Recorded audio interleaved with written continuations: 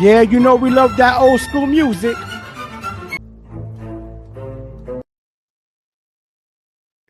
Yeah. Welcome once again. You already know who it is. June the GM. The GM don't stand for general manager, although I wish I had that position. I probably couldn't handle it. But it stands for good money. Because when you invest your time in me, expect a good return. Today, we have from Jack Talks Jets, and you might have seen him hanging around with the other wizard himself, Mr. Connor Long. We got my man today coming on the stage, joining the show. It's gonna be Mr. Jack Cotter. What's going Jack, on, what's Drew? going Thank you on? so much. Nothing much, man. How are you? Thank you so much for having me on the show, man. Oh, definitely. Listen, man, when I seen the schedule come out, see, Connor has said on his show that he doesn't like schedule talk, which is interesting. I don't know how that's possible. That's crazy because you want to know something. I hate actual draft talk. Yeah. I hated the draft talk, especially when my Jets didn't draft anybody aside from Membo that I thought, we were gonna get. That's a whole different story. But today, Yeah, I didn't really start. Oh, go ahead, June. Sorry about that. No, go ahead, Jack. What you were gonna say? I didn't really start liking draft talk either. Up until like this year, I would say. I think this year, because I think this year is really the first year I started really getting in depth with the draft class this year. So, which is I think that's my end of draft talk. Really, that's my end Now, for the. were you a little disappointed with the draft? Would you say? I think I gave it an overall C- overall for the overall draft. I think pick number 7 at Membu. I think that was a good pick. You got to fill the trenches, but my overall pick, what I really wanted in a dream draft, you drafted Warren at 7. You drafted Ariante Ursary at 42, which obviously he was taken before. I'm just saying, like, if it was a dream draft, this is what I would do. So you take Warren at 7, Ariante Ursary at 42 to fill that trench for the offensive line for the missing right tackle position, and then at 73, if he was still available, Trey Harris, baby. I know he went a little bit before 73 to I believe the Los Angeles Chargers, but he was my guy. I was all over Trey Harris this entire draft, and if he was on the board for the Jets to take him at 73, by all means, I would have been so happy if they took him there. Yeah, I like all those picks more than what Muji gave us and Aaron Glenn. Unfortunately, I also gave us a C-. I do like the Malachi kid out of Alabama at the safety position. He looks like a born leader. I love the Membo pick, but I was very disappointed. I feel like that was the one tight end I didn't want, right? Mason, right? I just didn't want him. Me too. His dad, an ex-Dolphin, although he played for the Jets one time, I just wasn't happy. I don't understand how in a deep class filled with defensive tackles, we drafted none. And then same thing at wide receiver. I understand the kid Smith is a burner, but he also had the most drops in college. I don't know what's going on, which it's gonna make for an interesting talk about the schedule, right? So I'm gonna bring up the schedule here. Let me see how I can do this. Okay, beautiful. Okay, I figured it out. First time I do it. So I want your first reactions when you first saw the schedule, the 2025 New York Jets schedule. What was the first thing on your mind when you saw the schedule? I thought, oh boy, we're in for a brutal awakening for the 5 first weeks. I think we're in a brutal awakening, especially within weeks 2 and 3. I think those can really go hand in hand as back-to-back, very frustrating games for this team. But overall, if you look down the stretch, I feel like the second half of the season really lightens up the schedule a lot. You have the Browns, who are really in shambles right now. They're so lost with their organization. I don't even think they know what they're doing right now. You got Cleveland, you got New England. I think they'll be a challenge this year. I'm not going to say they're easy. I'm just saying, I think it's going to be easing out more towards you got, like I said, you have Cleveland, New England, Atlanta. I think the Dolphins at home is a very winnable game. You have Jacksonville and New Orleans and another New England game.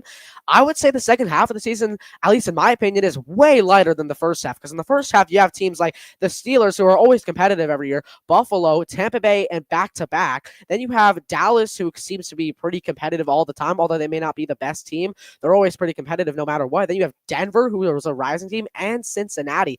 And then I just think that's a very hard first 8 weeks. Yeah, that's a very hard first 8 weeks to play, especially for this very young and upcoming Jets team with a new regime, new general managers, new everything. I think there will be some challenges. Everybody should be expecting some challenges heading into this season. I don't see a breeze. Like I think I do not see a breeze coming into the season, at least till the second half of the season. At least I don't even think that's going to be a breeze even. Well, I'll tell you what. My first thought when I saw the schedule was, oh my God, they did us no favors again. Because, last year they started off against San Francisco. We already knew that was going to be a beatdown. I had my hopes up. Yeah. We knew it wasn't going to be a good look. Rodgers coming back that early and things of that nature. I do find it interesting that they start the season. Let's start with week 1. I see that they got us up against Pittsburgh. So I'm assuming that Aaron Rodgers is going to be the quarterback of the Steelers, because they got nobody down there who can sling the rock, right? That's what I'm assuming. Okay. I think I have Will Howard starting this game.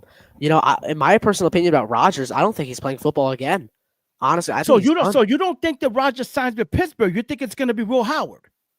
I don't think Michael Tomlin's going to deal with his attitude. Honestly, I don't think Tomlin's really that type of guy to deal with Rodgers as a type of guy. Obviously, I think Rodgers has showed interest in playing there. It's just we haven't heard anything from Tomlin having interest in Rodgers. That's the thing, Obviously, I feel like there's been a ton of rumors. I would like to see a Aaron Rodgers week 1 opener back at MetLife happen. I would love to see that. Unfortunately, in my opinion, I think it's going to be Will Howard starting by week 1, especially because Howard, has already played in a pro-style offense with Ohio State. So I really think that if he really develops well in training camp and mini camp, I think he'll be the week 1 starter. I really don't think they would need Rodgers anyway, unless they want to add a veteran presence. I found interesting that, let's say they did have Rodgers, right? Let's say he does come into Pittsburgh. Mm-hmm. What I found really interesting was how they still gave the game a 1 o'clock start. So they didn't even think it was a prime time worthy game. So you trying I'm to honestly happy about that. Well, I am too, because we suck at prime time. But yeah, I did find it interesting that the NFL wouldn't consider Aaron Rodgers playing against his old former team, at least a Thursday night, something that to have the masses looking. It looks like we must not really be that relevant for the NFL to say, we don't even care Rodgers is coming back to face you guys. We don't even want to see the game. Mm-hmm. Let's put you at 1 o'clock. All right, so now let's get in depth with it. Do you think that if they start Will Howard, if they go with what you're saying, do you think that that's a winnable game against Pittsburgh week 1? Absolutely. I even think it's a winnable game with Rodgers. I even think the Steelers, I don't know, this may be a hot take, but I feel like the Steelers have a higher chance of winning with Howard than Rodgers, because in this game, Howard's way younger. Howard is way more mobile. Rodgers is old. He can barely keep his legs up anymore. And I guarantee with this amazing Jets D line that they have right now with Q, JJ coming back from that ruptured Achilles, and Will McDonald, hell, even the rookie Tyler Barron, I think they would rip up Aaron Rodgers right there. So he wouldn't even be able to escape the pocket in the first place. So although I do see Howard starting that game, still a winnable game for the Jets, obviously. Although I do see Will Howard being better than Aaron Rodgers in that game if he did start, I still think this is a very winnable game, because obviously, he's a rookie. He's never stepped on an NFL field before, although, like I said, he's played in a pro-style offense. It isn't the pros, right? So, you have to take into consideration as well, what is their offensive line going through? I mean, the Steelers had one of the not really a great O-line last year. I will say that, they've had great O-lines in the past, but last season, it was okay, decent. But with this powerful Jets defensive line and this great linebacker core, I really think that we can overwhelm Will Howard to the point that it's not even, the Steelers won't even put many points on the board, because I see this as a very low scoring game. I don't see, a 31-27, 27-24 type of game. I really see like a 20-17, 17-14, like that kind of game. I really feel like it'll be that one of those home openers. I don't see any, big storylines really heading into this game at all, unless, of course, Rodgers just signed with the team, which is exactly why I believe they put it at 1 p.m. but anyway, I don't really see much coming out of this game, even with Will Howard starting with the Steelers. Of course, it's a very winnable game. So for me, I think my official prediction for this game right here is going to be I'm going to say a Jets victory here, just barely. I'm going to say this is a Jets victory. I'm going to go 20-17 New York. This is not going to be a high scoring game. Justin Fields will have a rushing touchdown this game, and Breece Hall will have a rushing touchdown this game as well. I don't see the passing game being really I find it interesting. I think that is a scary game. I'll tell you why. I think that where we are weak at is the middle of the defensive line. I don't feel we have addressed that yet. I hope we address it before the season. I like the running back that Pittsburgh drafted. They drafted the kid from out of Iowa, right? I really like him. If you remember me saying that I was hoping we pick him up in the late rounds. I really like that kid. I think it's going to be a physical game. I think that them traded away Pickens makes me happy because I think that Sauce can lock down Metcalf, although he's physical. I don't want to leave him one-on-one out there like that. I do think that we can win the game. I won't give us a prediction of the score, but I can say that if we can win week 1, that will help build some form of momentum headed into week 2. Because now when we look at week 2, let's say we're going in, we're home still for Buffalo week 2. I think that can get ugly. I think it's Buffalo might. I think Buffalo might send a message and remind us that we are not elite, that we are the bottom feeders. And I think that's going to be a beat. I hate talking like this, but I can see that being a beat down. I can see us 1-1 after the Buffalo game. What do you think? Of course, especially early into the season, week 2, especially playing off this very vengeful Buffalo Bills team. They're obviously out for blood, obviously out for a Super Bowl title for God knows how long. They've been competing since 2019 for a title, and they've come close, they've come up short every single time. I think this is the year they're out for blood, and I really think they're going to lock in this season. I don't think they're going to let the Jets step in their way. The Jets are going to be like a pebble. The Jets, they're going to be kicking the Jets around like a pebble in the street, right? And I agree. I see this game as a full-on beatdown. I really don't think this offense is ready for this Buffalo defense yet. I will say, however, this defense is ready for the Buffalo offense. It's just not going to be enough to stop them. I say the Bills maybe put up at least 27 on the Jets at home, and I hate to say that. I agree. You know what's interesting, right? We never look at things this way. Just imagine if we had the nerve to win the first 2 games at home. Could you imagine the type of energy our Jets will have? I don't see it happening. I'm going to be honest with you. In fact, one of the interesting things I find going into the season is the confidence that Aaron Glenn must have to still not solidify a number 2 receiver. Because I don't like what we have. I'm sorry, I just don't. I don't not either. To address the D tackle. I don't know what they're thinking. I don't know if he thinks he's Bill Parcells. I love Glenn. I'm a little nervous with how it's going to look after week 2. So we're basically saying 1-1 after the first 2 weeks, right? Yes. Yep. Now here goes a really, really tough game. Now we go down there and we go down to Tampa Bay coming off a beatdown from Buffalo. I don't think we can I don't think that we're good enough to compete with Tampa Bay. I think they're better than us unless after 2 weeks we would know how good our defensive line is now.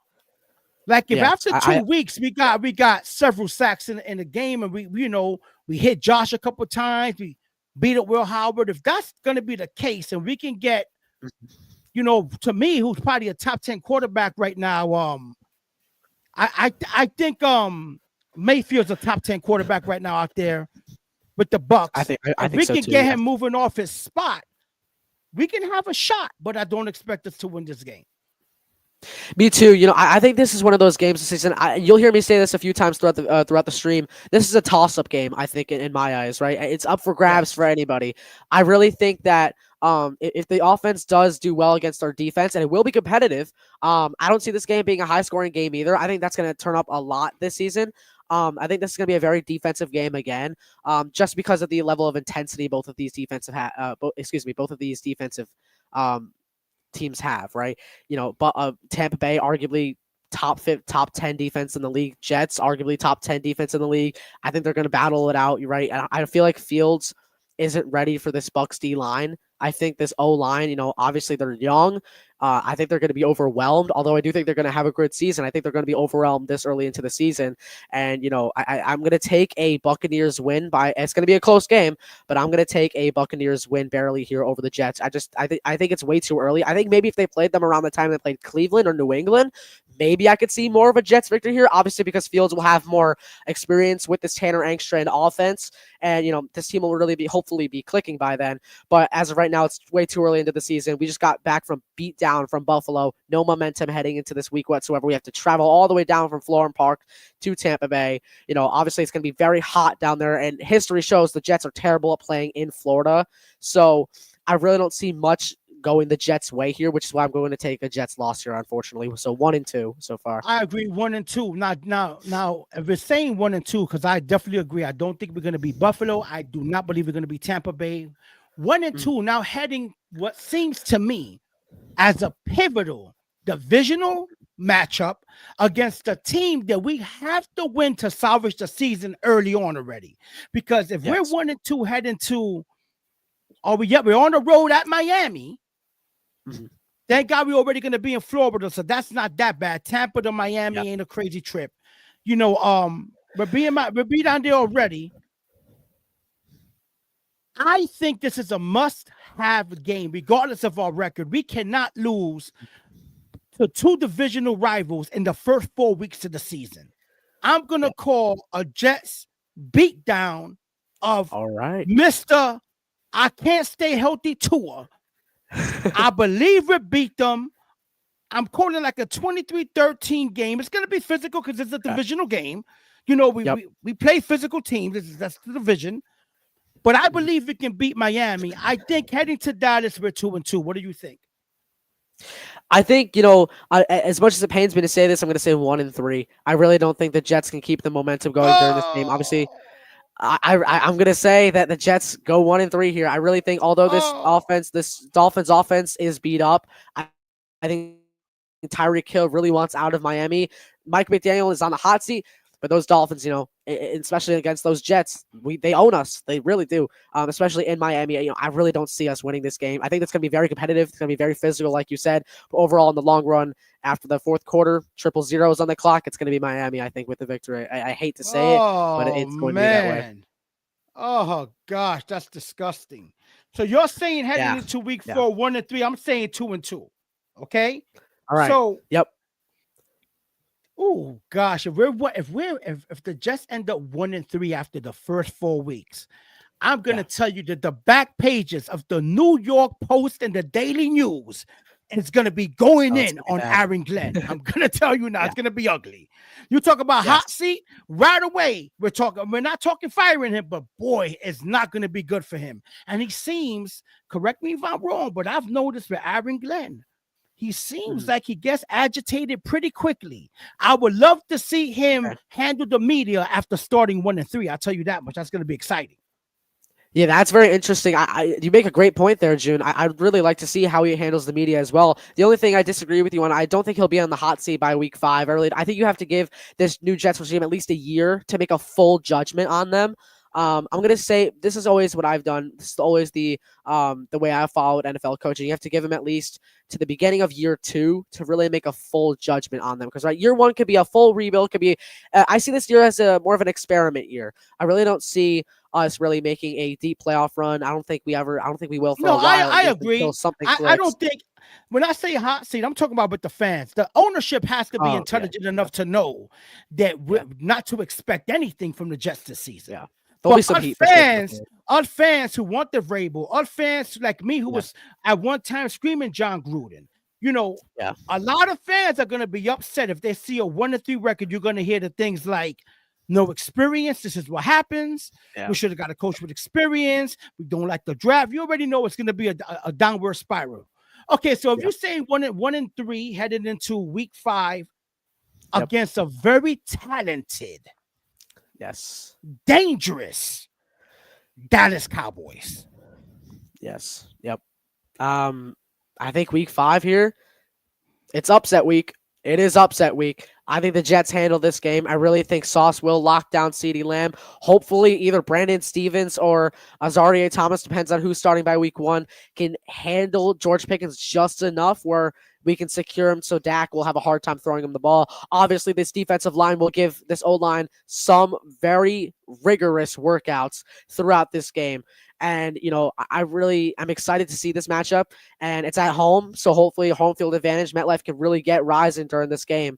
I just think it's going to be a very competitive game. Take it back to that 2019 game at home against Dallas.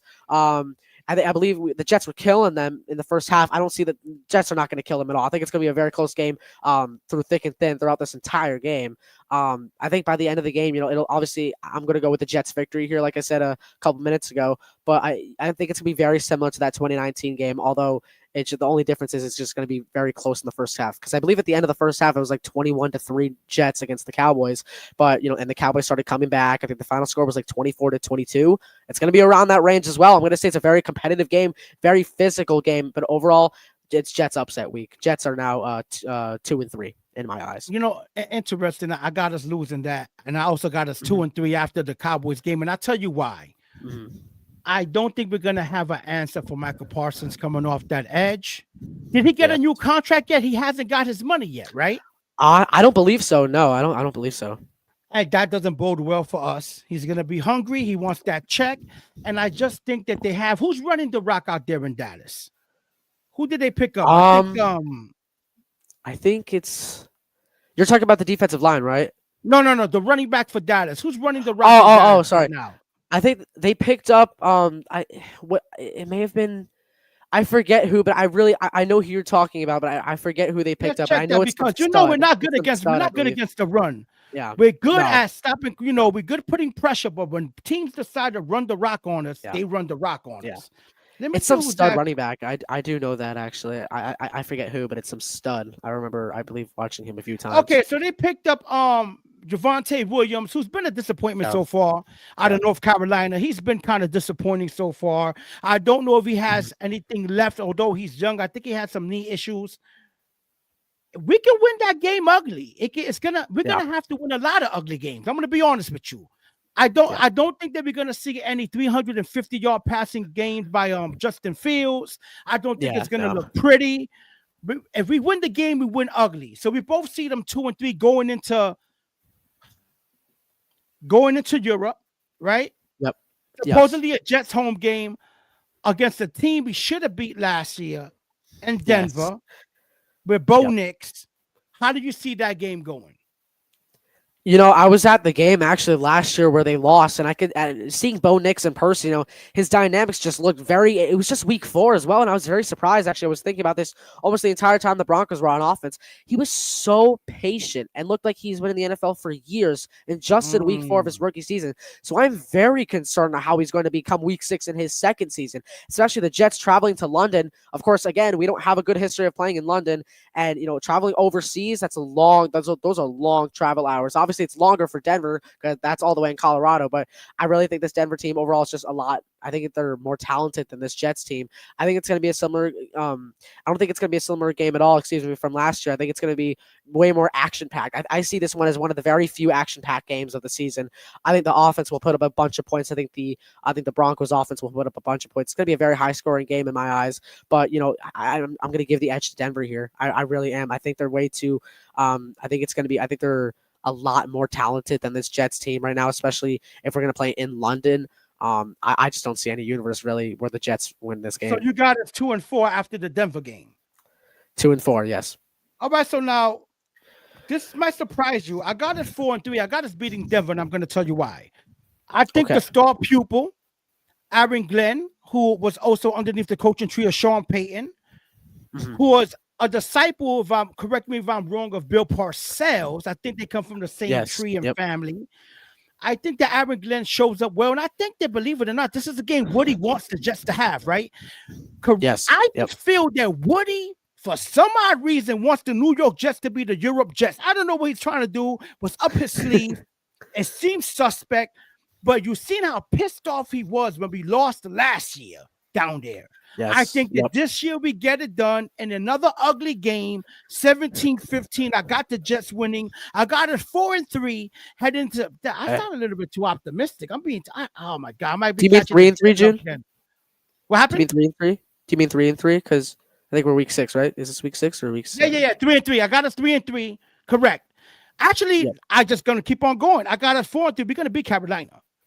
Me too. I have us beating Carolina as well. I think this is going to be another. I don't think it's going to be a manslaughter, but I think it's going to be kind of like a playground for the Jets. I think this is really like a. Correct me if I'm wrong. I think it's gonna be like a practice game for them. Like I don't know what you think, but I think it's gonna be. I don't think it's gonna be a stroll in the park, but I think it's definitely gonna be our easiest game by far on this schedule. In terms of what we've had so far, this Carolina Panthers team. Obviously, we've seen we've seen signs of Bryce Young. Developing into a good quarterback in this league. Obviously, it's going to take him some more time. He's not going to be 100% this year as well. I think this Panthers team is still, scarred from that awful 2023 season. I don't think it's going to be. I think they're going to get better. I picture maybe a 6-11, 5-12 season for them this season. But it's this is a make or break year for Bryce Young right here. So he's put under a lot of pressure by Carolina right now, and especially at home for the Jets. I think this is a Jets victory here. I'm going to go the Jets at least getting into the mid-20s in terms of points. I think they're going to, have a field day with the Carolina defense this year. So now after Carolina, you got us 3-4. I got us 4-3. You know what's interesting though about the history of our Jets? We always play like crap when we face teams we're supposed to spank. And if you remember last year, that Carolina was playing real good towards the end of the season. They were showing up. Yes. Bryce Young was beginning to be comfortable. We all know that Bryce Young is right. Yeah. We all know that Bryce Young is around 4 feet 2 inches. I don't know how he can see over the offensive line, but he throws a pretty ball. Yeah. I'm picking us to win, but I'm going to tell you now, I will not be surprised if we do what the Jets do, which is lay an egg and allow coming back from Europe tired. I won't be surprised if we lose the game to Carolina. That being said, we both got the Jets winning. Now, you got the Jets 3-4 after Carolina. I got us 4-3. Now we face the high octane, lethal Cincinnati Bengals. In Cincinnati. That's the L for me. What about you? Me too. Of course, yeah. I think this is going to be a slaughter in terms of offense. I think Justin Fields will get manhandled this game. I really think this Bengals D line will absolutely get past. I feel like I don't know why, but I have a feeling that the Jets O line is just going to be not connecting this game, I guess you could say, just because of the amount of pressure that's on them right now into this game. You're 3-4 heading into week 8 right now. Glenn's getting pressed right now from the media. Everybody wants them. All eyes are on the Jets right now. So in terms of New York, but that's not even the main contribution to that. Of course, that's going to contribute a lot to their pressure. But overall, I just think this Bengals defense is just way, way too talented to let this New York Jets, this young, inexperienced New York Jets offense drive them down the field. Of course, I think really the most. Let me ask you a question, Jack. They haven't signed Hutchinson, right? I think Hendricks. Yeah, Hendrickson. Hendrickson, I mean. Ain't he walking? Isn't he walking somewhere else?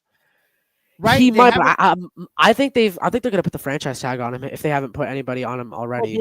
Well, that's interesting because, they gave up a lot of money to keep them 2 receivers. Yeah, they did something I've never seen a team do: sign 2 top-notch receivers and drop the bag like that. Yeah. I want to tell you what, though.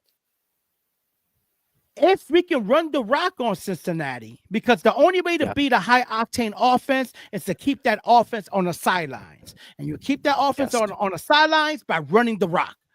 That's the only way we got a shot all year is running the rock. To be honest with you, so if that's the case.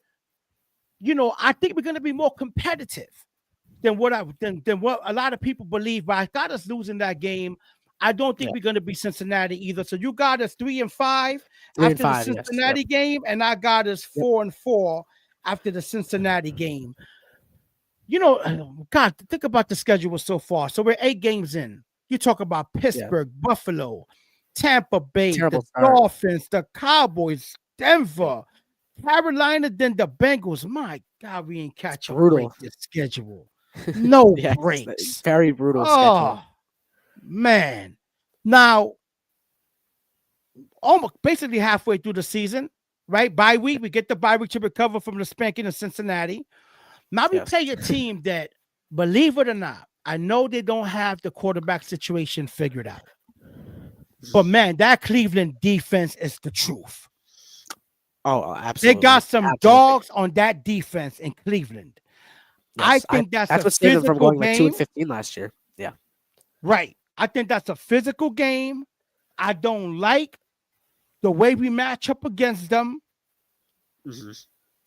I got us losing against Cleveland. I know it sounds crazy, but I don't think we can beat Cleveland.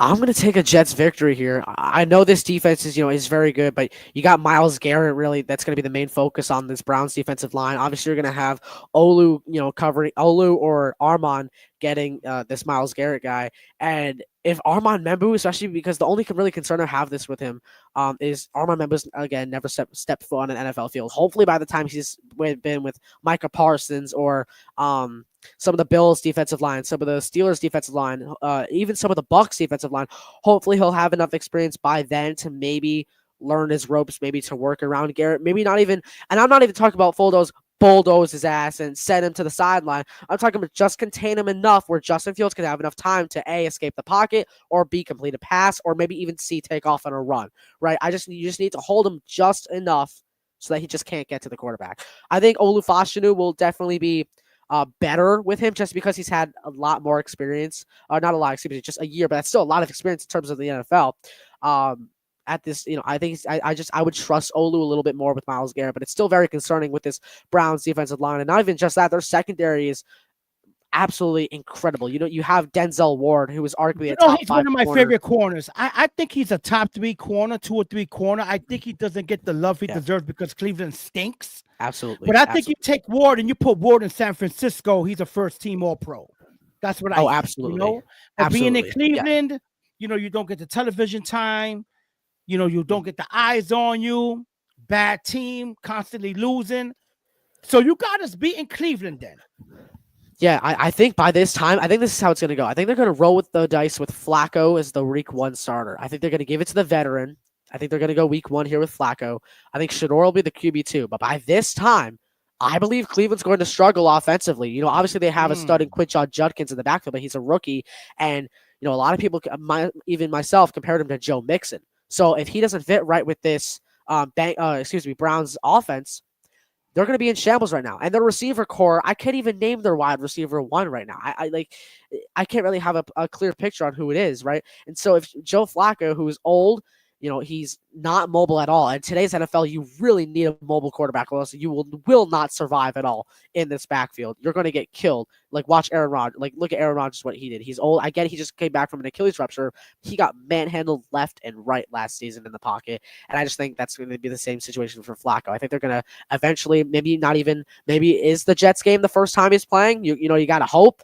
But I'm going to say they roll the dice. I'm going to say by this time, Shador's the quarterback. That's what I'm going to say. I'm going to say by this time of the season, Shador Sanders will be the quarterback for the Cleveland Browns. And I think he's just going to be, he wasn't even really my QB2 heading into this draft anyway.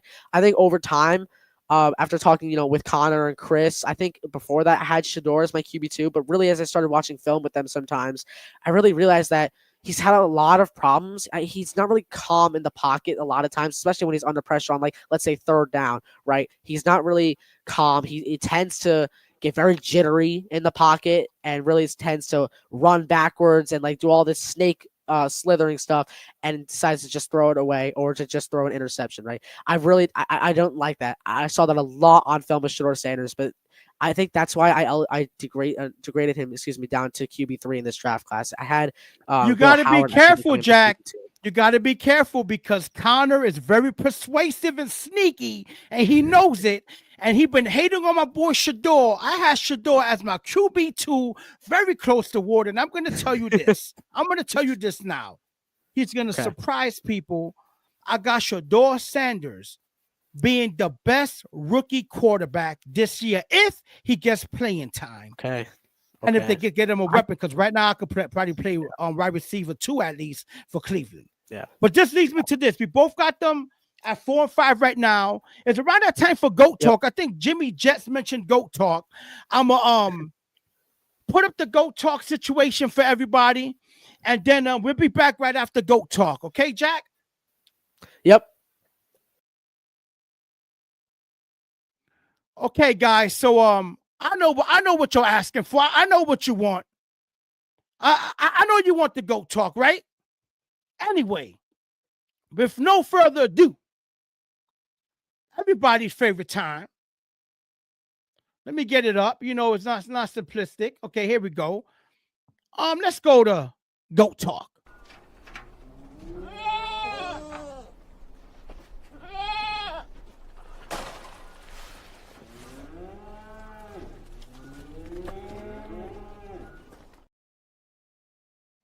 Oh yeah.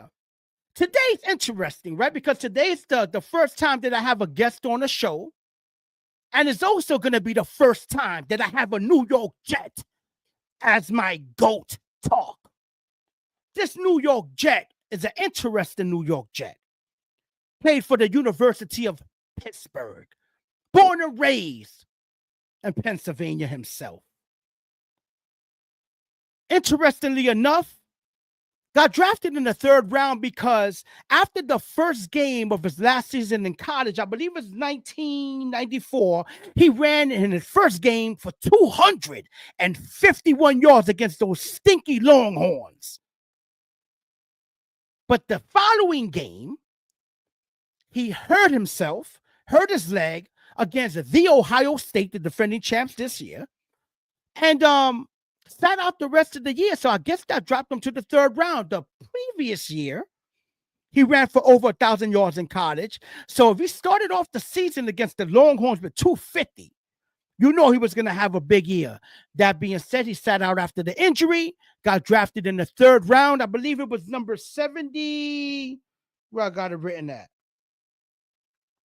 Number 74th, 3rd rounder. And he got drafted by the team I hate most in the NFL, the New England Patriots. I'm talking about none other.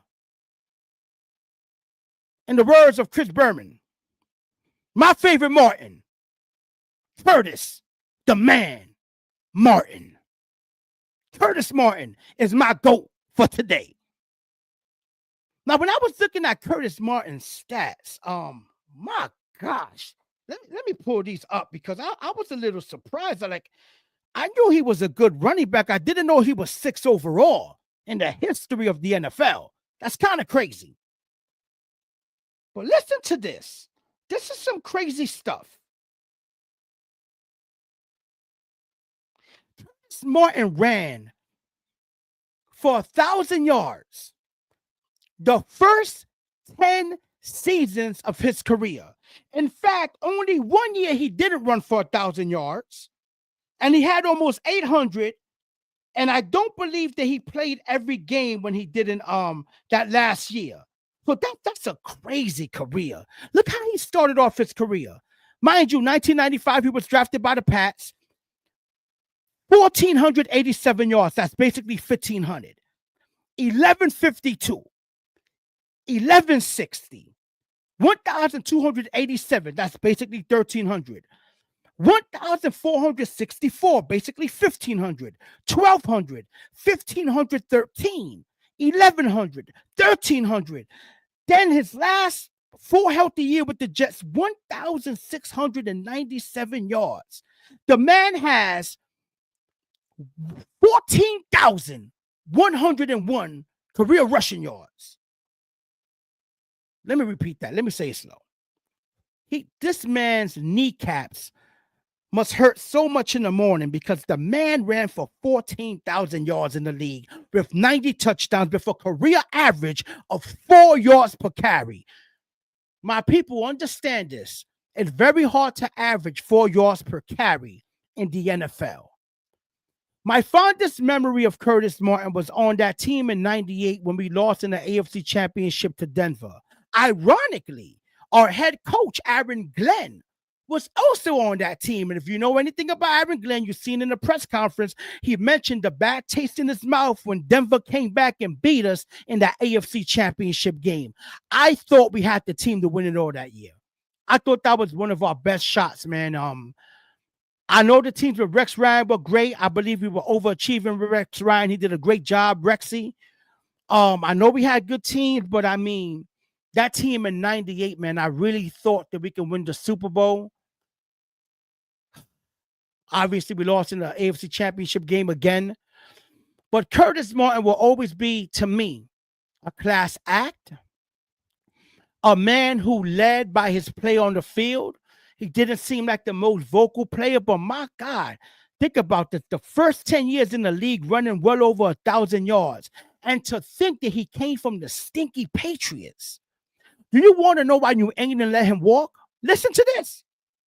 New England let him walk and hit free agency because word is they didn't want to pay him the $3.3 million roster bonus. Think about that in today's day and age. New England didn't want to pay $3.3 million. Today, that's nothing. That's free. They signed him like nothing. But back then, they were penny pinching. They didn't want to go over the cap. That's crazy. Yes, I do believe that Curtis Martin is the best New York Jets running back in the history of the New York Jets organization. Sad to say he came from the stinky Patriots, but they gave up on him, and we came in and rescued him. So today, I want to honor the legacy of one of the greatest of all time. To me, the greatest Jets running back of all time. A man that, like I said, led by example. One of the smoothest brothers in the game, pause, but he really was. With the little jerry curls, tight edge up, Curtis Martin was a smooth dude, and he ran aggressively with power, strength. Oh, man, I miss those days. We got to get back to that. Wake up, Brees Hall, and stop this bum stuff and step it up. Today's GOAT Talk was none other than the man, the myth, and the legend, Curtis, the man, Martin.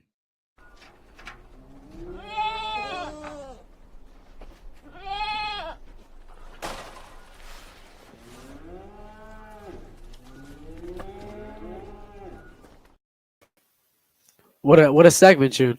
That was awesome. Yeah, thank you, man. You know, I got to do the GOAT Talk, man. I like to honor guys. You know, I told people before that I'm going to start digging a little deeper and coming up with GOATs that people don't necessarily talk about.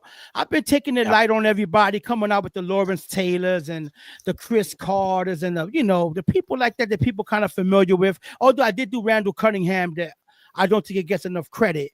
But yeah, Curtis Martin, man, was great. And I think for our Jets to be prosperous once again, I think we're going to have to get back to the running game. That being said, we got our Jets 4-5 going into New England on a short week, Thursday Night Football. Of course, on a short week because they want us all banged up going into New England. What do you think about the New England game? I think, can I start with this one, Jack? Can I start with this one? Yeah. Yep. I think that the New England Patriots are one of the most improved teams in the NFL. Yes. My God, they signed everybody but my mother. They signed everybody. I mean, every time I look up, they had somebody new they signed. And they New got England is one of the best available coach. We all know he was playing us. We all knew he wasn't going to come. All these Jet fans, I want the Rats. I look, stop. That was my pick. Yeah, but we knew he wasn't going to come here. No. We knew. Listen, that's why Kraft said, hey, Mayo, let me have a talk with you. Listen, man, you know I love you. I'm going to make sure I take care of you, but you got to go. Vrabel's available. I got to call the man in. I think that New England's going to be one of the most improved teams in football, and I think that this matchup with New England is going to be pivotal to see if it can sniff a wild card. What do you think about this matchup? I got us losing in New England that Thursday night. I got us 4-6 after the New England game. So do I. I think this is a very winnable game. However, I think it's also a very competitive game. Like you said, these Patriots have signed so many guys on their roster, especially their defense. Oh, man, that defense is looking very, very scary this year for New England. I think it's going to put a lot of pressure on the Jets Thursday night game under the lights in front of their greatest rival in Gillette Stadium. That's not something I really want to mess with, especially we can't not take these Patriots as underdogs anymore. We really can't. No. As much as I want to say it, they might be better than us this season. I hate to say it, but I see an 8-9 win season this year for New England. I really think Drake May is going to improve a lot this season. I think Mike Vrabel is going to really put the pieces together since Tom Brady and Bill Belichick left this team. I think it's going to be a very winnable game. I think it's going to be a highly competitive game. Overall, I think it's just going to be a New England victory here. You know what's interesting about this game and about the two teams? I feel like New England, I feel like the GM gave Vrabel. Vrabel's not the GM, right? The GM hired who's the GM out there in New England? Did he come from did he come from Buffalo, the GM out there in New England? I'm Who's not the sure, but GM in New England? I think it was actually Robert Kraft that made the move. I could be wrong, but I thought I heard something that it was the owner, actually, Robert Kraft, that was making that move. I think he was one that was eyeing Mike Vrabel, but obviously the GM had to have had some place in that talk, but I believe Robert Yeah, Kraft really Elliot Wolf. it. Yep, Elliot Yeah. Wolf is the GM. I think, if I'm not mistaken, I think Elliot Wolf is from the bloodline of Buffalo somewhere. Let me see. Worked with the Packers, the Browns, joining the Patriots, from the Bill Belichick area. Okay. Anyway, so his father's Ron Wolf, the Hall of Fame general manager. Interesting. Yeah. Yep. Interesting. Well, I think Mr. Wolf gave Mike Vrabel all the ammunition he needs to have a competitive team. Absolutely. Unlike Darren, I look like I'm lost emoji. I don't know what we've been doing. I don't see the talent. That's the L. We both got the Jets 4-6 now, and desperate times going up to face one of the most devastating, dangerous teams in all of football, the Baltimore Ravens. What you got, Jack? 4-7. I'm just gonna say it right there. 4-7. I think this is gonna be another slaughter for this Jets team. I really do. I think like the Bengals, it'll be similar to the Bengals game. I think it'll just be more of a slaughter. Actually, I think this defense is terrible, like you said, at stopping the run. If you expect us to not stop Joe Burrow and whoever the Bengals running back is right now, how does someone expect us to stop Lamar Jackson and Derrick Henry? And by the way, Henry just came off. And how old is he? What? He's around like 30, 31 years old in this. Derrick Henry is immortal. He doesn't even get old. Yeah. He just had his second best season for his entire career last year. And like usually running backs at this age are already out of the league. Like it's insane how this dude is like you said, immortal. Like this guy is going to be the next. I think he's going to be the next Frank Gore. I think he's going to play till he's like 36, 37. And you know what's interesting? I do believe that, but Frank Gore never put up the numbers, right? Of like a Derrick Henry. I meant in terms of like life. Oh yeah, right. Lifespan, of course. Lifespan in the NFL. Yeah, this is a very interesting stretch they gave us. I mean, you got us Thursday night off a short week facing a physical Cleveland team, and then we turn around and got to go down to Baltimore. I don't like what they're doing, man. I think they did us dirty with this situation. I also got us 4-7, and then I got us going back home playing a team that could be better than what people think, with the quarterback at the helm from the University of Washington, Penix, right? My Penix quarterback from Penix, who I like that Washington, who they drafted high. Everybody said it was a bad pick because they had Kirk. I stabbed the Jets in the back, Cousins, right? Yeah. Yep. And he was looking good. This could be another loss on the road. Not at home. Yeah. This could be an L. It could be. Desperate times, we have to win. I'm going to cut it short. There's no way we can lose this game after a 4-7 record. I got us winning 5-7. We beat Atlanta in a tight game, though. Yes, I agree with you. I think this is going to be a very hard offense to stop, especially with a rising star running back in Bijan Robinson. And I really think Michael Penix will rise up to the occasion and be a much better quarterback than what we saw last year. Of course, he showed a lot of signs of success last season with Atlanta when he took over for Kirk Cousins. But I really think this Jets defense is very talented. I think they're going to know. I think they're going to have a great game plan to stop this offense. I mean, Kyle Pitts severely underused there. He may even get traded. I could see Kyle Pitts even getting traded before the season happens. He is on the trade block currently. So by this, I'm going to say they keep Kyle Pitts for his last year on his contract. I don't even think they gave him the 5th year option, right? I could be wrong, I'm not but sure because I know before we drafted the tight end, word was that we were going to try to get him right, and then yeah, we yep, didn't. I would have liked to take a shot on him, yeah. but you got us beating Atlanta as well, right? I do. Yes, I think again, like I said earlier in the video, it's gonna be a toss up. I think this is another one of those toss up That games. is I think that is a anybody, toss it's up up for game. grabs. It's up for That is a grabs. toss up I really, game. I think it's going to be a Jets victory though in the end. So 5 and Now 7 here's so what's far for New scary. York. We both got them 5-7 heading into Miami. But what's funny is if they lose that toss up game, we can possibly be looking at a 4-8 record playing Miami, a Yeah, divisional game again with a team that plays well against us. I think this yeah, is a must-have win for the New York Jets. There's no way we can lose two to Miami. I yeah. got us beating I think I had us beating them early in the game. Maybe I didn't. I don't know. I got us beating I believe you Miami did. Yeah. after Atlanta. I got us 6-7 after Miami. What you got? So do I. I think you can, like you said, you cannot lose to Miami. 2 games in their 2 games this year, especially because it's at home. Miami, it's gonna be cold. It's December 7th. Miami is not used to being in the cold, so I really think especially with 2 out at this point, I think it's gonna be Zach Wilson playing for the Dolphins at this point. And you know how he is at MetLife, dude. This MetLife crowd will boo Oh, we're gonna the smoke crap them. out of him. Yeah, we're gonna smoke him. So especially Tyreek Hill is getting old. Of course, he's one of the best wide receivers in the NFL. But I think Sauce Gardner is gonna. I think Sauce Gardner, excuse me, is going to do some business with him this year.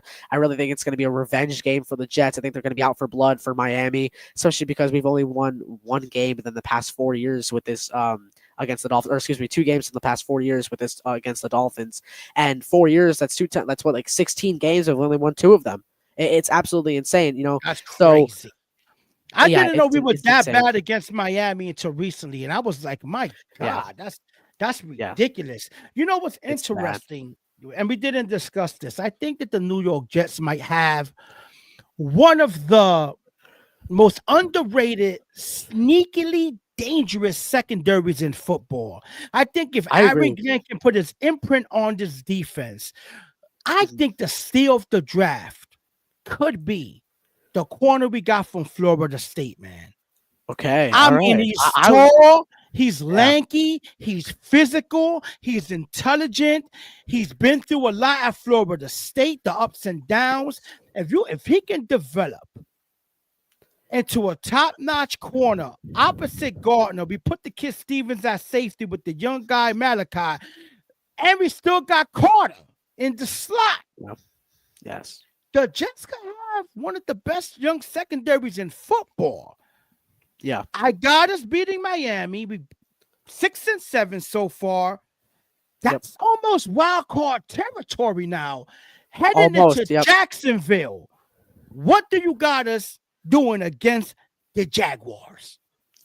We're at 500. This is a win in Jacksonville. I think this is what kickstarts the momentum. Although, spoiler alert, I don't think it's gonna end well. I think all that momentum is gonna be killed by the end of the year. But 7-7, Jets fans are pumped. We're looking good. 7-7 so far. A lot of this fan base, including myself, before seeing the schedule release, thought this team was gonna be like a 6-11 team. But now that I'm looking at the schedule here, it's looking promising. If everything really, if we're looking realistically here, Jacksonville. Obviously, I don't think Trevor Lawrence is gonna stay in Jacksonville for much longer. I mean, he's only had one good season, 2022, and they barely made the playoffs that year. I mean, Lawrence has he really shown Eugene that he can be a competitive quarterback, like to the point where he can lead this team to playoffs again? I mean, because you know can what's really. interesting about Trevor Lawrence, right? Most of the time Mhm. in the NFL, but it stands for not for long. Uh-huh. You typically a GM doesn't get 2 head coaches to hire, right? Yeah. And also typically you don't see a quarterback with 3 head coaches. Is this not Trevor Lawrence's 3rd head coach? Right? He had Urban Meyer. Urban Meyer. He had Doug Peterson. Doug Peterson, who's Peterson. a hell of a quarterback coach. That's why I'm Yeah. surprised he couldn't turn him around. And now you That's got what I the was kid surprised about Cohen, too, yeah. right? So Yep. I think he's weird dude, bro. That's a weird dude, man. That dude's a weird dude, bro. I don't know what's going on with him. Anyway, this is his 3rd head coach. It's time to show and prove. I think he's Yeah, overrated. I think Trevor Lawrence me looks like too. a Greek god. I think he's a nice specimen, strong, the long golden hair. Looks like he can play the Yeah, part, but he hasn't proved anything in the NFL. no, I think this is no. a win for us. I think we smoke him. We hit him all game long, hard. I think Travis Hunter might make a play or two, but not enough to beat the Jets. I got Yeah, it. So we both got the Jets 7-7 7-7. Yep, heading yep. into New Orleans. Yeah, A I'm gonna take. winnable game Yes, that is a very winnable game. in New Orleans or New Orleans. I don't know how they say it down there. I don't want to disrespect the Saint fans. I know how y'all get down there in Louisiana. But I got us 8-7. I got us beating the Saints. Okay, I have the Saints actually beating us. I really think that if they find their Ooh. quarterback, I think they're going to find their quarterback by week 1. I think this offense will finally click by this time of the season. I think Alvin Kamara is a great running back. I really think that if they decide not to trade Chris Olave, which by the way, I'm still eyeing him for the Jets to get at that receiver 2 position. If they decide to trade him, get Chris Olave in the building here. But let's just say that Olave is still with this team, and let's say they find their quarterback eventually by this time. It's going to be a very competitive game, especially in the Superdome. You know, that atmosphere. That atmosphere is huge. That atmosphere is so hard to play. Just take a look back at that 2018 NFC Championship game between the Rams and the Saints. Oh my gosh, there were towels waving everywhere. There was everything. I get it was a conference championship game, but it's even still like that during the regular season. I remember that I remember watching a simple game against, I believe it was the Giants or something when they played them there a few years back. Who was their And that quarterback at crowd, the time in the Saints? I think it was Jameis Winston at the time they were Okay. at the Giants Because, game. it's been a long time since the Saints were good. The Saints ain't been good to Yeah, me since Drew Brees decided to yeah, relax. yeah. I don't see it, Jack. I don't think that the Saints have the talent to stay with us. I think by this time, our offensive line full of young boys, if healthy, are clicking. I think our defensive line is going to put a lot of pressure on whoever's quarterback. And I would like to think that by this time that running game is in full swing. I got us Gotta 8-7. You hope. got us 7-8. Now, 7-8, yes. if regardless if they're 7-8 or 8-7, and I think we're both being nice. I think it's showing to the Jet fans because I think we're overdoing it. But that being Yeah. said, if we're 7-8 or 8-7, that means that this game at home against New England could Must win. possibly be a wild card type of game. Can Yes. we I think beat this New atmosphere is going to be England this electric. time at home? Do we get the win against New England at home this time? Deja vu back to that 2015 game. It was playoffs or nothing. It was, this is it. This is it right now. If we beat New England at home, we have a good chance to go into the playoffs. Unfortunately, that didn't happen. We lost to Buffalo the next week, and we got knocked out of the playoffs. But, I think this is going to be a very similar game. It's a very similar time to that Jets-Patriots game back in 2015. MetLife was electric. I believe MetLife is going to be electric. If this is where the Jets at currently, 7-8, not eliminated, currently looking for a wild card spot, and possibly competing with New England to get that wild card spot. Because, like I said, I think they're going to be an 8-9, 9-8 team. They could be competing with New England for this spot. This game right here, when I tell you, could be the most hyped, overly exciting game for Jets fans if this is the spot we're in coming into this season. If this is week 17, we're 7-8. The Patriots are 7-8 or 8-7. Must-win game for New York. MetLife is going to be electric. I think this team's going to be motivated. I think Justin Fields is going to be motivated because in the back of his head, he's got to be thinking, this is my last chance to prove everyone wrong. This is my last chance to really be an NFL caliber quarterback in this league. And by the experience he's already had with this Jets team, by the experience he's already had playing New England in week 11, I see this as a Jets victory. I really do. I see this as the Jets going 8-8 here. I think this is going to be a storybook game. I really do. I think this is going to be, if both teams are in the positions that we say they're going to be right now, storybook. This is going to be absolutely storybook right now. This game gives me the Fitzpatrick vibes. Remember when we had to win that game and he threw an egg? To Eric Decker. But I think, I think we put out this game. Yeah. That puts us at 9. I did not think I was going to give the Jets 9 wins. I'm probably going to wake up tomorrow and be disgusted in myself and not forgive myself the whole day for overdoing it. But I also got us winning this game. Now, this is what's interesting. if we're 9-7 or even 8-8, right, heading into Buffalo, by this time Buffalo might be resting starters. Yeah. It's I still think Buffalo though. Buffalo's going to have one of the best records in football. I could see Buffalo at this time Yeah, they're out for probably blood. 14-2, 13-3, Yeah. around there. Yeah. Are they going to start their starters if they have locked down home field or the second seed? I don't think so. Yeah. So we always steal one here and there. I think if Buffalo's resting their starters and they don't need the game, Yeah. I think we beat them. I think somewhere along the line I picked the extra game because I don't see us 10-7. I don't know how the hell I got to this record, but I can see us, I guess, 10-7 after this, or 9-8. I got us beating Buffalo if they rest their starters. If Buffalo Okay. needs to win, they're gonna smack us in the mouth.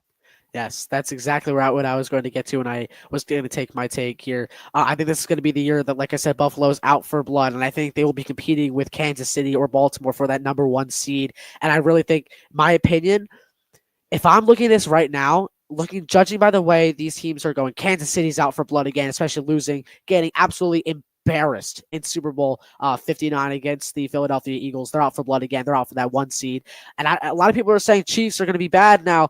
Oh, they lost in the Super Bowl. They're going to be bad now. That can't be further from the truth. Tom Brady lost 3 Super Bowls in a row. To the ones that he appeared in at least. He lost three of them in between the next two and between the next victories, right? I believe he lost the two Giants games, and then I believe it was I believe he lost 2 Giants games, and then I believe the other one may have been, it could have been 2, but I'm not sure. Because I know 2014 he beat the Seahawks for the victory, but anyway, back to that Buffalo game. I think they're going to be competing for that number 1 seed. I really do. Like I said earlier in the video, they're going to be angry. They're going to be powerhousing through everybody, and they're going to be hungry for that number 1 seed. Which I think that it's going to be Josh Allen is going to be in there. I think James Cook is going to be in there. I think their starters will be in there at least for the majority of the game, and I think it's going to be another ass whooping. I think it's going to be similar to Buffalo last year. I think it's going to be an ass whooping to finish off the season. If the starters are playing, we're not going to be Buffalo at the end of the season. If that's the case, I got us 9-8. You got them 8-9. That means that we both basically have to just be competitive for a wild card.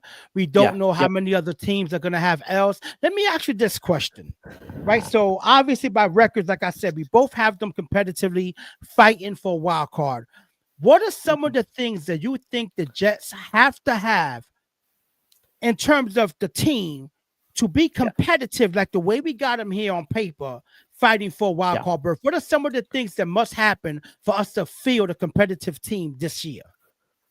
Well, first of all, in order to feel like a team, you got to start with feeling like a family, right? You really got to get this Jets community going together. You got to have them all. You got to have like a sort of like a family here, right? Because I play football, and it's like very hard to see a team sometimes when I play them that they're arguing with each other. They're not on the same page, especially playing, because I'm in high school and I'm a freshman. So obviously teenagers have very high tempers a lot of times. So last season, I specifically remember I was playing this one team. Oh my gosh, it was actually getting annoying because like I play linebacker, right? So I saw the quarterback in the right, I saw the huddle, right? I was on the field and I heard the huddle in there, right? Because this team did not know what they were doing.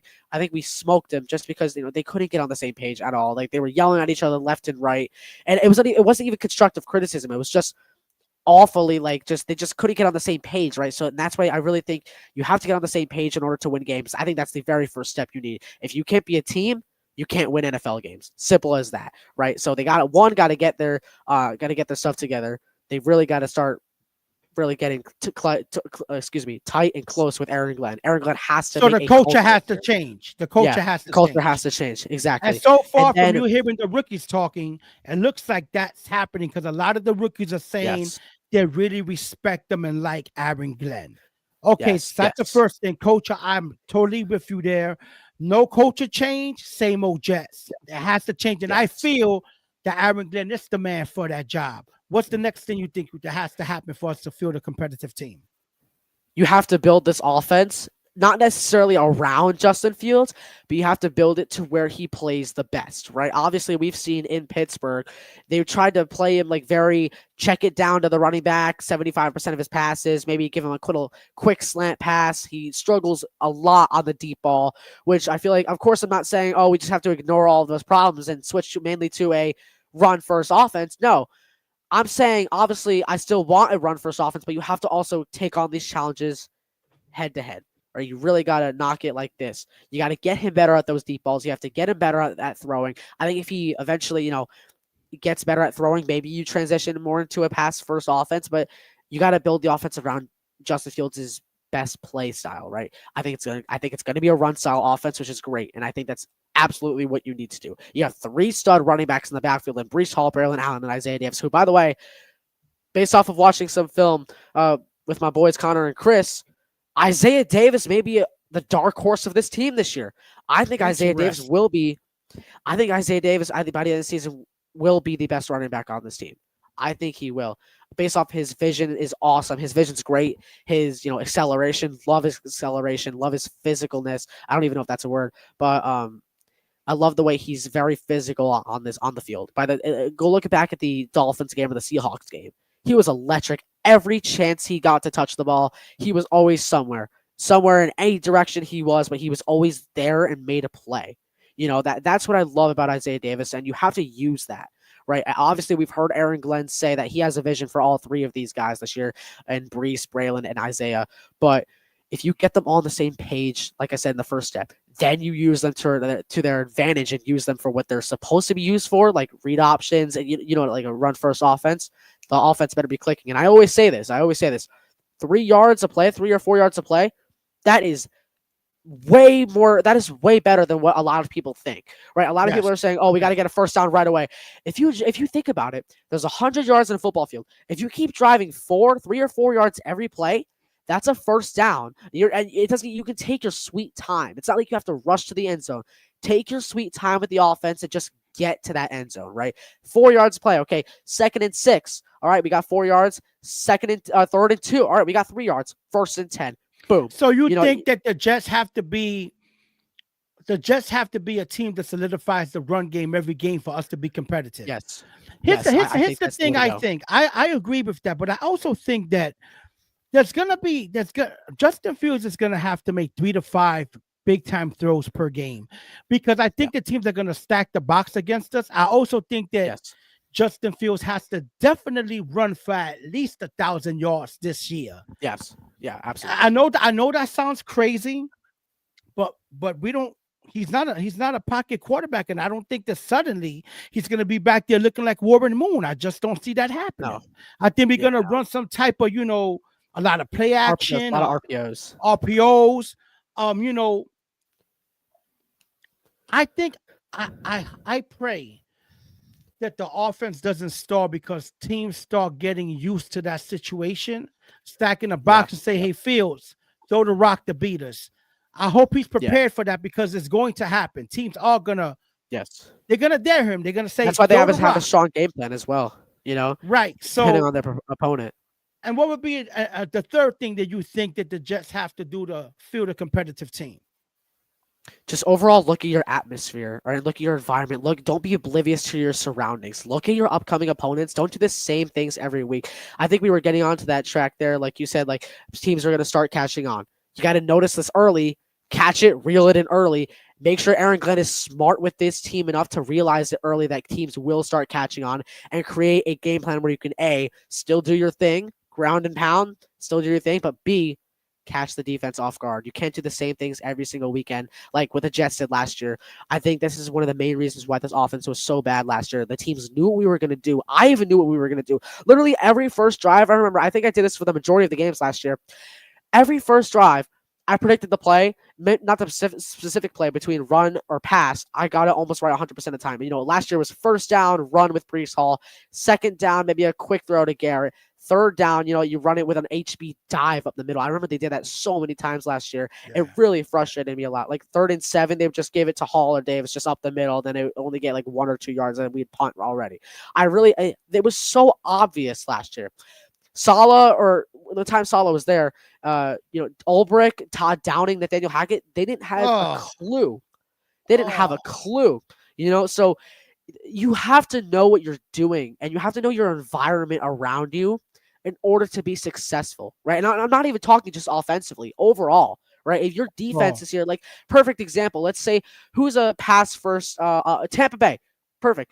Tampa Bay is way better at passing than they are running. You have Mike Evans, who is a generational talent. He gets you 1,000 yards every single season. He's been in the league for around 10, 11 Mike years now. Evans is like he's like the Curtis Martin of wide receivers. Like, Yeah, doesn't have exactly. the Yeah, respect of being the best in very the reliable. game, but my God, he's one of the best in the game. He's one of them type of Yes. guys.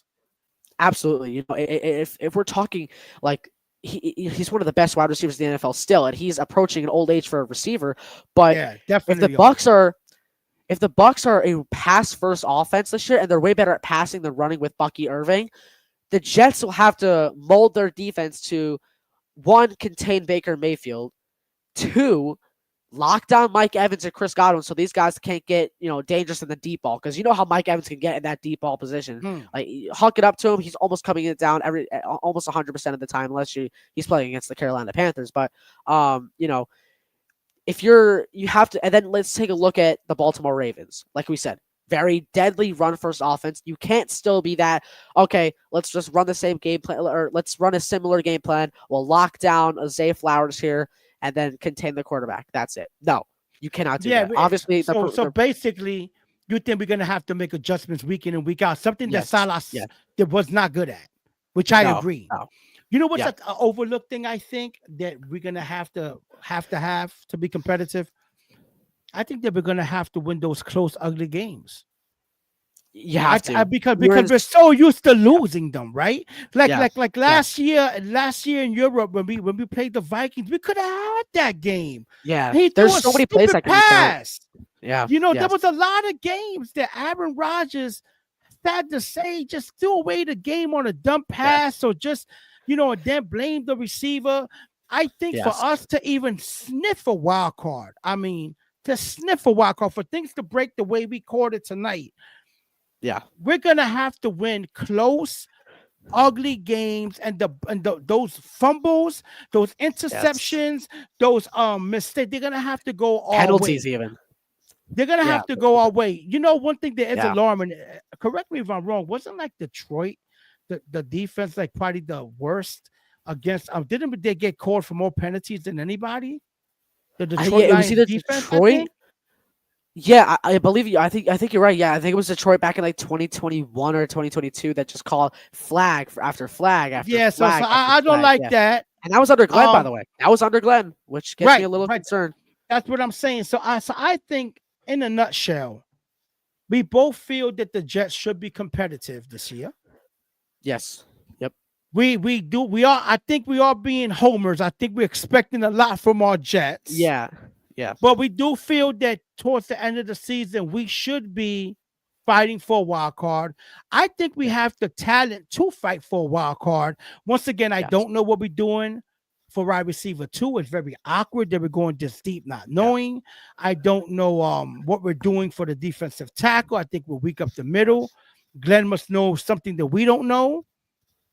But overall, I'm excited to see us finally, even if we lose every damn game this year, which I pray we don't, I want to see us play with heart and leave it all out on the field, because I feel there was a couple games last year that we quit. I feel we quit last year. Absolutely. Especially, I like how you mentioned that we quit, right? Because I attended the Seattle Seahawks game last year where we were up 21-7. One special teams touchdown by Kene Nwagu. I mean, that got the stands going. That got the sideline going. Everybody thought this was going to be a Jets victory. What do? They give up. Yeah. They give up. Right? When the pressure comes, they fold. Right? And I can name that so many times this happened this season. Right? Broncos last drive, they couldn't get it done. They could have had the victory right there.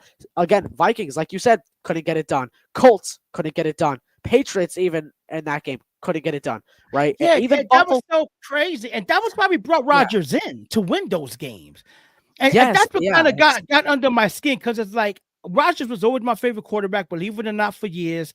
It was a dream come true him coming to New York, but I think when he went down with that Achilles, that was it for him. He did it. He had a solid year statistically, but in pivotal moments, he didn't show up for me. He didn't show up for me. Now, before we get off, Jack, we've been on here quite a while, but I would be remiss to not mention, to not give you the opportunity to mention where people can find you at, because you're a busy man. You everywhere. Tell the people listening and the people who are going to watch the show tomorrow, because I got a lot of people who watch the episodes late. Can you tell people where they can find you at? Well, first of all, before I do that, I want to say, I appreciate the opportunity so much, June. You're great, man. I honestly, I can't thank you enough for the opportunity. But people can they can find me over at Jack Talks Jets, which is my YouTube channel. I talk everything Jets there. My most recent video is about the schedule as well, like I just did with June tonight. Very good video, very almost approaching 300 subscribers, 5 subscribers away from 300. That's the goal, I think, by the end of May. So hopefully we can get there. But and you can also find me every Sunday on the Next Gen Jets show on Connor Long's channel, doing it with Connor, Chris, and Josh every Sunday. So that's where you can catch me. And again, June, thank you so much for the opportunity. I had a blast tonight, man. Yeah, we're gonna bring you back, obviously, once we get closer to the season to talk some more Jets stuff. I want to have you as a regular coming on here more often. Definitely can't wait to get you once the season starts, to lock you in for some episodes for that. I appreciate you coming by, absolutely. Jack, man. You've done a great job. And hopefully, hey, from our mouths to God's ears, hopefully the New York Jets could give us something to smile about. And in the latter end of the season, we could be fighting for a wild card. Hey, guys, everybody tuning in. Once again, this is June, the GM. The GM stands for good money, not general manager. You invested your time in us. It was a good investment. Today, I have from Jack Talks Jets, Mr. Jack Cotter. And listen, he already told you where you can find him. Don't hesitate. Check him out. Subscribe to him. Thank you for tuning in. Peace and God bless, my people.